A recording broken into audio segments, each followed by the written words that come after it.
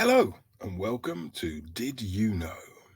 Now, did you know that at 8:49 p.m. on Friday, that's January the 13th, 2023, it will be 78 years to the minute that a Canadian airman made a split-second decision in the black night sky over Darlington to sacrifice his own life to save hundreds, perhaps thousands of townspeople. His last known words were, "There's only me for it, but there are thousands down below."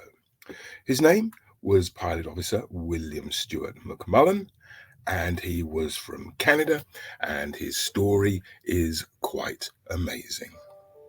At 5:47 p.m. on January the 13th, 1945, he took off from RAF Middleton St George in a Lancaster bomber KB 793 with his six-man Canadian crew.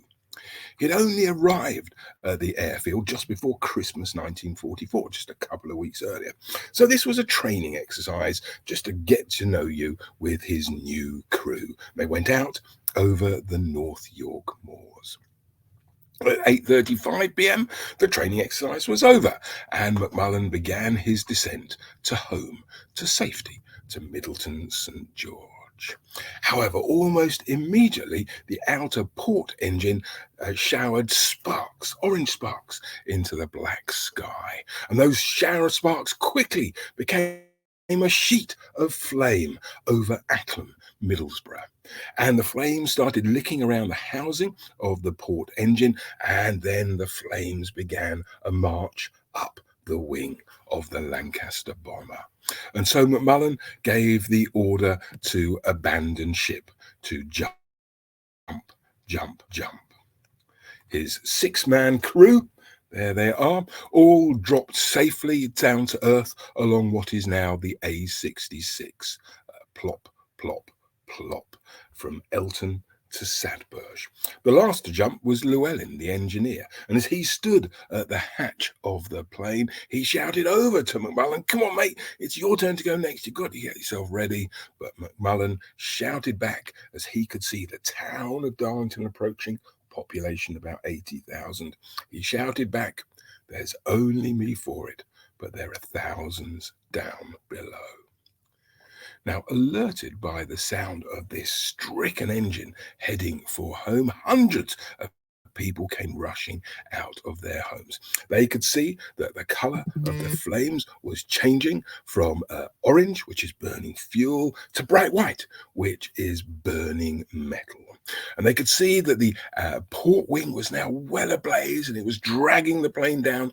So it was doing circling motions in the sky. But they could also see that the pilot had a degree of control over the plane. So he was taking it away from its westward course and bringing it round to the eastern outskirts of Darlington towards the Yarm Road area. It was just about keeping it above the rooftops.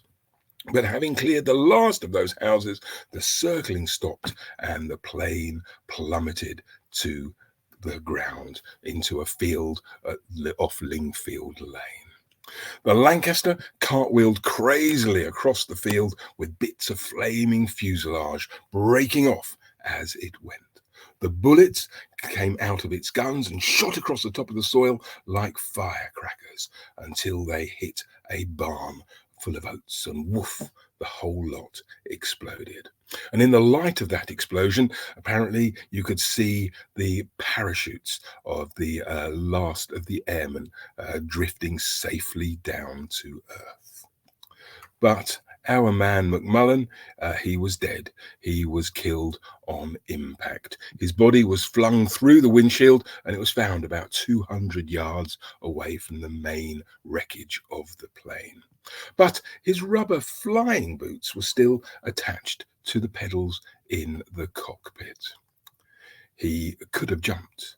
He could have saved himself, but instead he stayed at his post. As the headline in one of my newspapers, the Evening Dispatch, said, the pilot gave his life to save the people. And look, there's his quote. "There's only me for it, but there are thousands down below." Darlington at first didn't know the identity of McMullen, and so it christened him the Gallant Airman.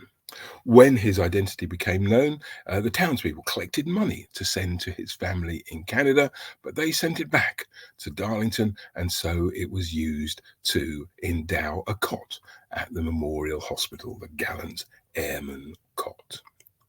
And because this was a training exercise, McMullen has never received a gallantry honour, but all Darlington knew about him. The mayor, Councillor Jimmy Bloomer, wrote to his widow in Toronto, saying that by his actions the pilot realised that he was steering himself to certain death. Not only Darlington, but the whole of the district was stirred to profound admiration and gratitude, which could not be expressed in words at this act of supreme sacrifice.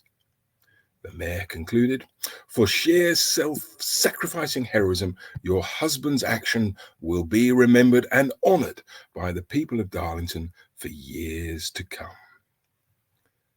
And so it is.